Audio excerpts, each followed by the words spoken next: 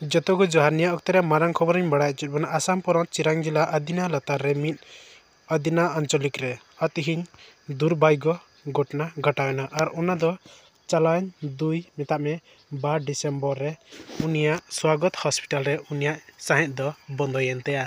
बांगमा police प्रशासन हो बांग को बड़ाय का ताहे कना उन अक्तरे उनिया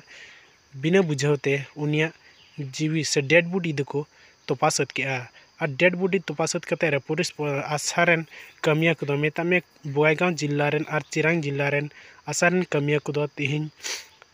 मन शांति बांग बाबते पुलिस प्रशासन को बड़ाय चुक को और उना इयते उनको दो दूड़ पाड़ लगाव कते उना पोस्ट मीडिया में रिया उना उनिया डेड बॉडी हो हॉस्पिटल इदी रिया मिट कुरुमुटो हो होई सतेना और उना थानार পৰা মোক 9 বজাত জনোৱা গৈছিল যে মৃতদেহ আছে যুৱতী তেখেতৰ বয়সটো জনামতে 20 বছৰ তো তেখেতক 4 ডিসেম্বৰ ইয়াতে 1 নম্বৰ উত্তৰ বলটি ইয়াতে তেখেতৰ মানে পুটা হৈছিল যিখিনি আমি ইনফৰমেশন পালো আজি আমি 9 তাৰিখে আমি ইয়াতে আহি তেখেতৰ বডিটো খান্দি উলিয়াইছো আৰু বাকি কি হৈছে আমি এতিয়া পোষ্টমৰ্টেমৰ কাৰণে পঠাইছো আমাৰ পোষ্টমৰ্টেম হোৱাৰ পাছত বাকিখিনি আমি মানে আমি গম পাম আৰু আপোনালোকক আমি জনাম আজি তাইৰ মৃতদেহ সৎকাৰ পুনৰ খান্দি উলিয়াবলগীয়া হ'ল গতিকে কি বিচাৰে 1 নং বলদি এটো আমাৰি সুবা ইয়াত কেদিনমান আগত ব্যক্তিগত হস্পিটেলৰ যিজন ছোৱালী অন্তঃহত্যা হৈ ঢুকাল তেখেত নাইক তদন্তৰ কাৰণে আমাৰ আদিবাসী স্বতন্ত্ৰতা আশা হৈ তদন্তৰ কাৰণে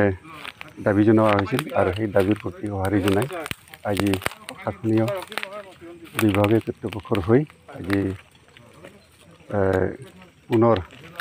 নাইক তদন্তৰ কাৰণে পষ্টমৰ্টেমৰ কাৰণে শৱদেহটো আজি উঠাই লোৱা হয় আৰু তাক আমি প্ৰশাসনক উচিত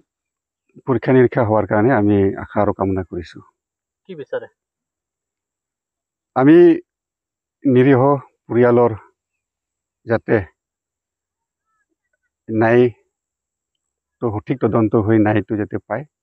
আমি তাকেই কামনা কৰিছো আৰু তদন্তৰ খৰকটীয়া যাতে হয় আৰু ইয়াত কোনো অবৈধ চক্ৰৰ সুৰুঙা লৈ যাতে ৰেহাই নাপায় এইটো আমি প্ৰশাসনৰ ওচৰত প্ৰাৰ্থনা বা দাবী জনাইছো এগৰাকী শিক্ষকৰ ওপৰত এই অভিযোগ উঠিছে জুমৈশ্ৰাং ব্ৰহ্ম অথবা জাতিৰ ওপৰত আসলে এই অভিযোগ উত্থাপন হৈছে কি ক'ব আসলে ইয়াৰ ওপৰত এজাহাৰ দিয়া হৈছে ফালৰ পৰা নিশ্চয় যেহেতু বনকৰা হিচাপে তেখেতৰ ঘৰত আছিল আৰু জনামতে কেইমাহমান আগতেই অসুস্থ পৰিৱেশত তেওঁ ঘৰত আহিছিল আৰু তাত তেখেতে কি অসুখ হৈছিল বা কি পৰিৱেশত সি ঘৰত আহিছে এইটো কোনো তত্ত্বাৱধান লোৱা নাই আৰু অৱশেষত তেখেতক মানে চিকিৎসাৰ অভাৱত মৃত্যুৰ মুখলৈ দিয়া হৈছে আৰু ইয়াত উচিত তদন্ত কৰি শিক্ষকজনেও